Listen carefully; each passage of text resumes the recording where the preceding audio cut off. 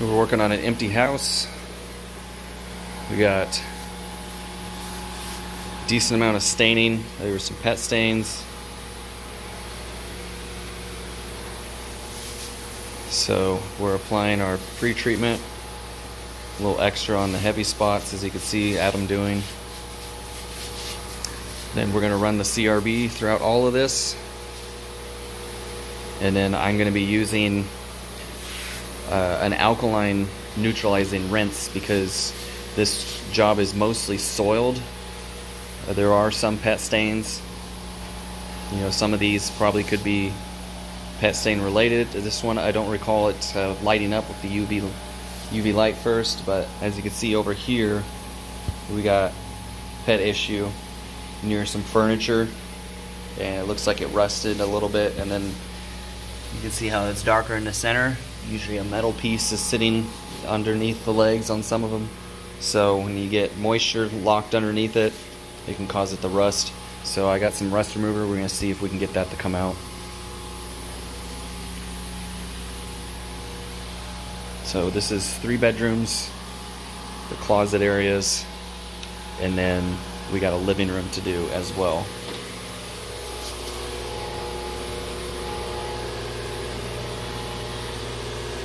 You see there was an area rug that was sitting there, as it looks pretty fresh in comparison.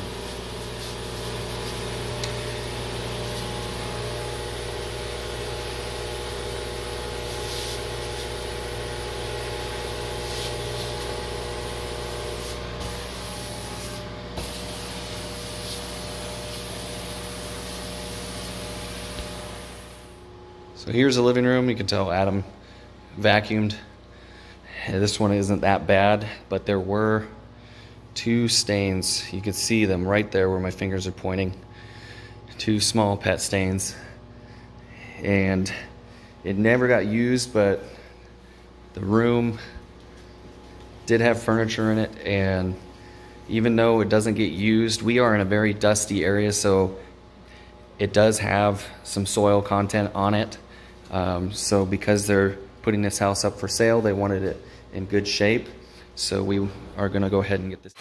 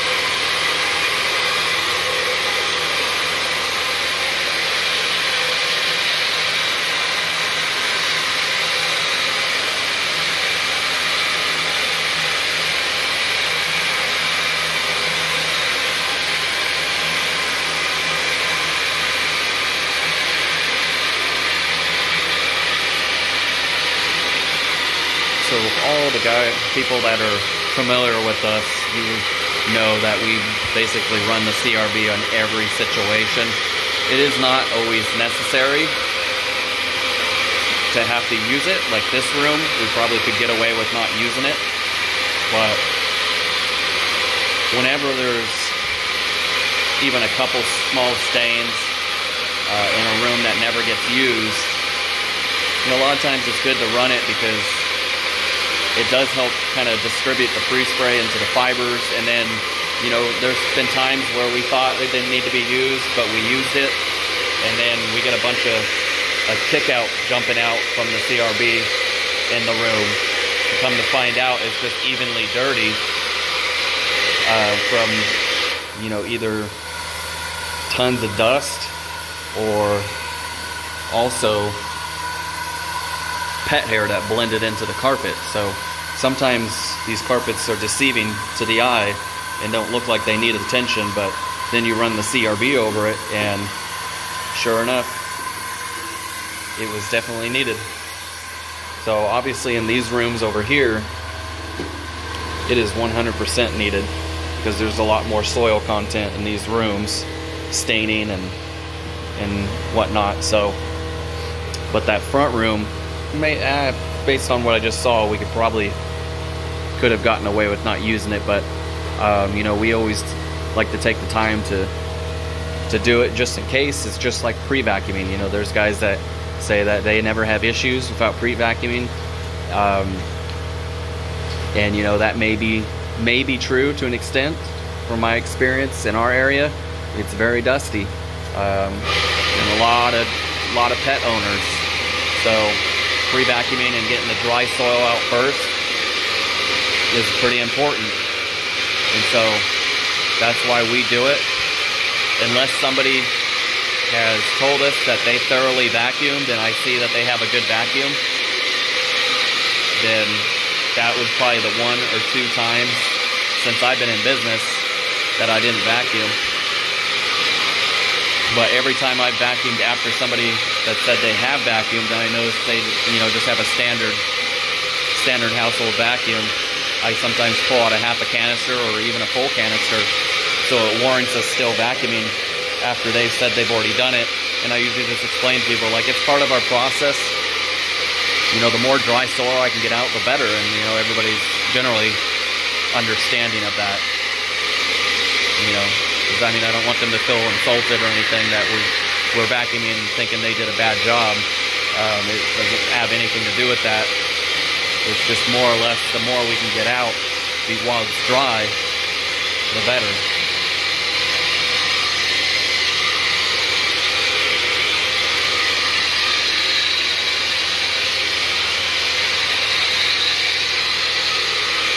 But I mean, you can well, it's kind of hard to tell on the camera, but where he stopped, see how much wider it already looks just from their pre-spraying the CRB. You know, we've had countless times, both of us being told, "Wow, you guys are already almost done, huh?" And I was like, "No, we still gotta rinse the carpet out. We've only pre-scrubbed it and pre-sprayed it." And they're like, "Oh wow, okay." So a lot of times, just these 2 or say 3 steps, vacuuming, pre-spray, and CRB, people think we're almost done with the job. See, there you go. There's the kick out starting to drop. To be expected in this room.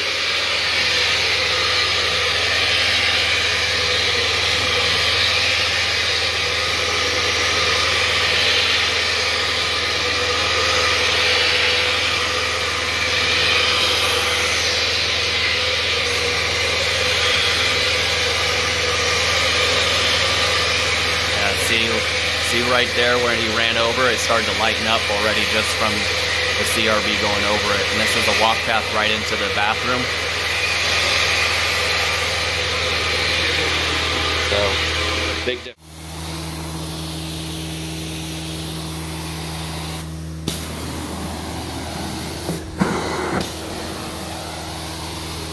So going back on this room, almost this entire area here was coming through a light brown through the sight glass on the wand.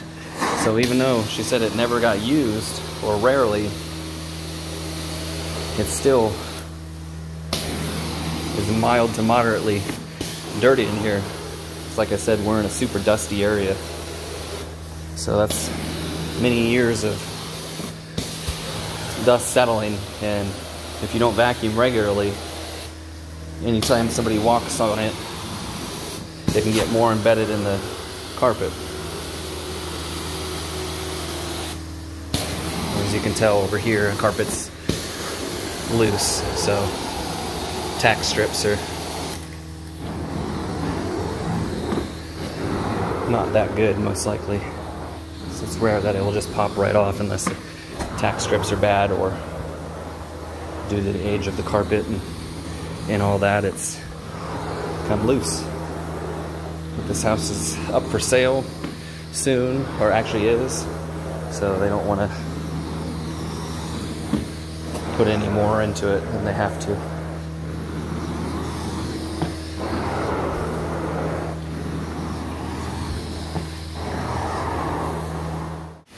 Got a little red spot. I'm gonna use some red action.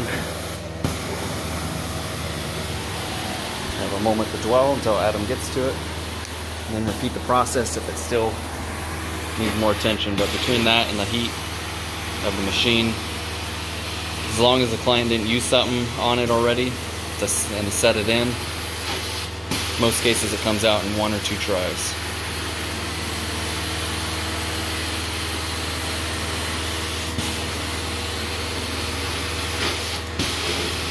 It's going to be 97 degrees out today, so our machine heated up super quick already. This one may not come out unless we get lucky.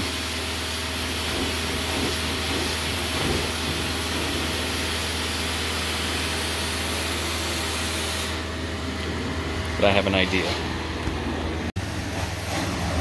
Alright, so I'm going to try some iron transfer. Just going to put it right over the stain. I've already treated it with some of the red action again. Now that my iron is ready, I do around 15 seconds or so.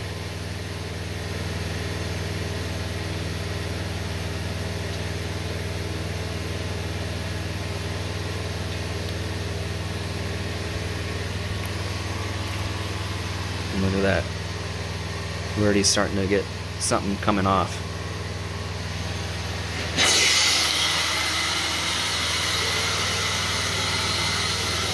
Put a little bit on there, and of course the rag needs to be damp before you do this, and you want to do it in sections or intervals of 15 to 20 seconds. Otherwise you can burn the carpet, so you don't want to do that. And of course this should only be done in a professional manner with this product, because I am rinsing it out afterwards. You don't want to leave it in the carpet. But like I said, this may already be set in. The client could have used something already, causing permanent. But it's lightening it up. Adam, can you rinse that real quick?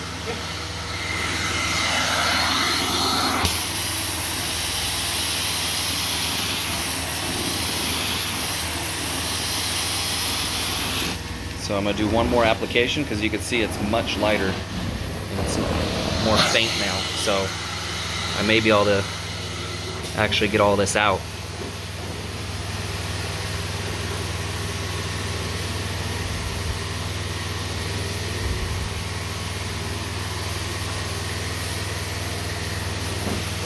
I'm using light pressure also on the iron.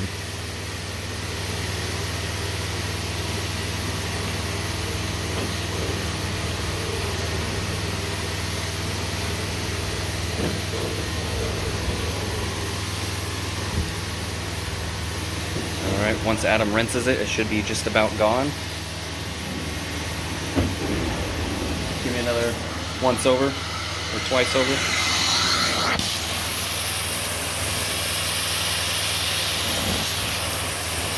It is almost there.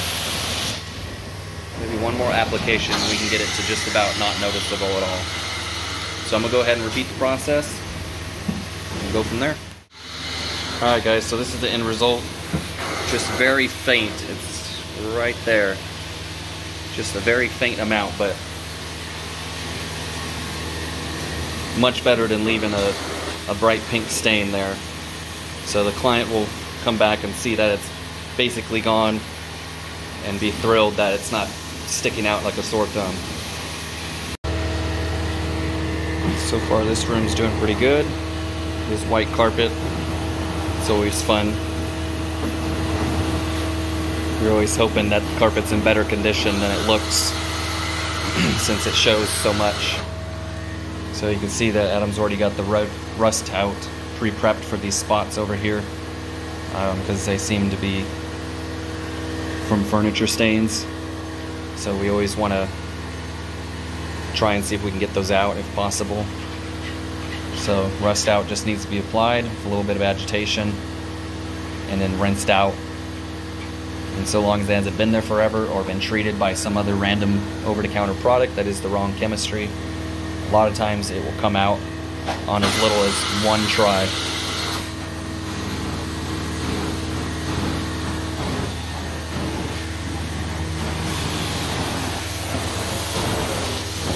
Remember that spot in that indentation? Gone. And that spot that was over here, also gone.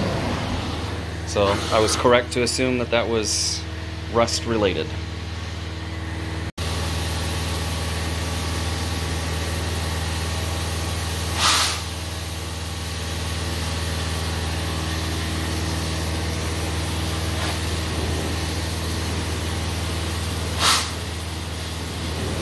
This is a pretty rough area coming out of their bathroom, and then of course not a very short run coming into the bedroom itself.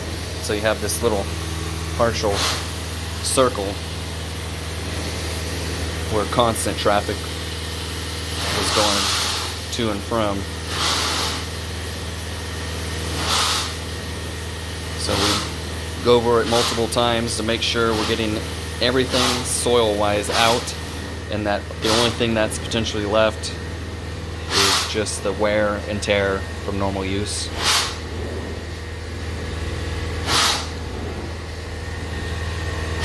So for a white carpet, I'd say that's pretty dang good.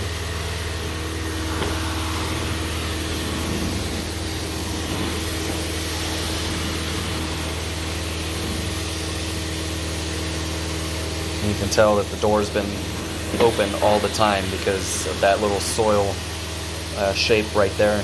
It's been collecting underneath the door line. When the AC is on or the heater's on, air is blowing around the house, dust is also blowing around the house, and therefore any areas that have small sections for air to pass through, a lot of times it uses the carpet as a filter, causing it to darken even more. So those areas can be sometimes very tough to get out because it's built up over the years, and of course getting 100% of it can be rough because you kind of need to have the door taken off to sometimes get it all if it's not damaged, because sometimes filtration, soil can become filtration damage. So now we'll attack it from this side once he gets to the door line, and that should get just about all of it. We don't remove doors, if you're wondering. Just liability reasons. If we put the door back on and it's no longer even, and the door, you know, starts to swing on its own, then we become liable for that. Some clients I've actually had remove the doors. They've told me it would be easier if I took the doors off for you, and of course if they're willing to do it, I tell them yes, because then that allows us to be sure that we can get 100% of the carpet in that specific area.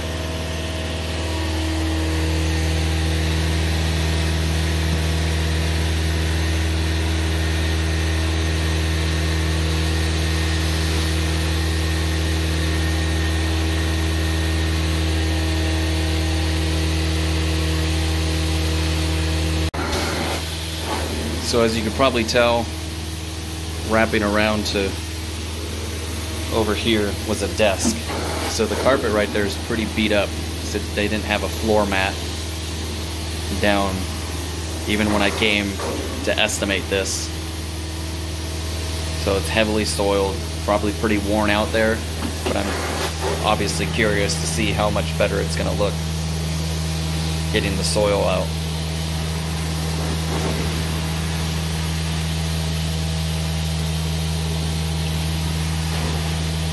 Surprisingly, it's doing pretty good.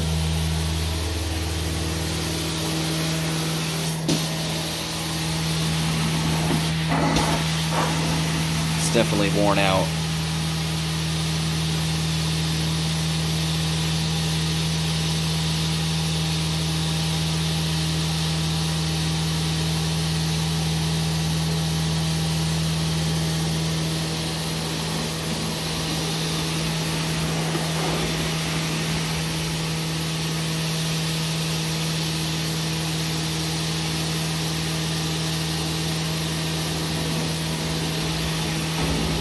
So you see when he's pushing it forward, it might be kind of hard to tell on camera, but when he pushes forward, it looks a little bit better.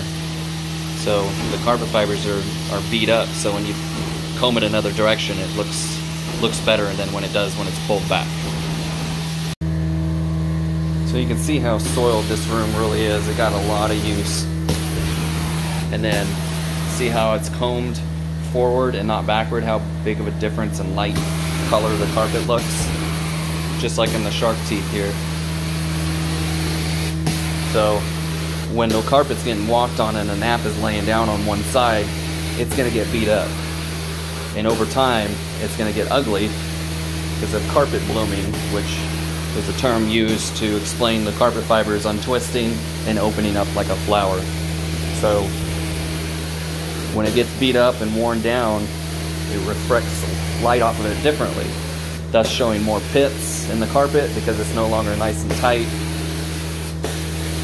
And therefore, even if you clean it till you're blue in the face, it's still going to look kind of ugly in those areas. So you got to use your better judgment, use the right chemistry, do your vacuuming, your pre-spray, solid rinse. I know there's different scenarios for everything and different chemistry for just about everything, so you just gotta try things out, see what works best for each situation, and then you know what to do when you come across it each time. So I mean, that's a massive difference, right? So this is an area that doesn't really get walked on much, but over there is where the desk chair and everything sat, so it's getting beat up really bad. So if I comb it backwards, it's going to look worse than it does combed that way. So I wanted to show you guys that so you understood what I was getting at.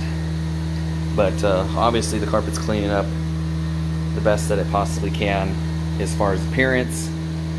So that's what you can expect when you have a desk chair and no floor mat and a lot of traffic. It's just going to get beat down and look kind of bad. And cleaning it is not the only thing that's actually going to make it look new again, because you just can't simply do that. It doesn't matter what chemistry you use, what machine you use. Worn out carpet is worn out carpet, but we can provide a solution for when they want it just clean as possible in situations like this where it's getting sold. So they want it to look the best it possibly can, because cleaning the carpet nowadays is much cheaper than replacing it. And the reason why I suggest cleaning, not just because I'm a cleaning company, but real estate agents even told me this: you don't get any more value really out of replacing the carpet, because somebody can buy the house and not like the color of the carpet you chose for the brand new install and tear it right out. So they don't commonly earn you additional value to the house. So a lot of times it's just better get it clean, get it sanitary, all that good stuff, get it ready for sale, and you'll be just fine.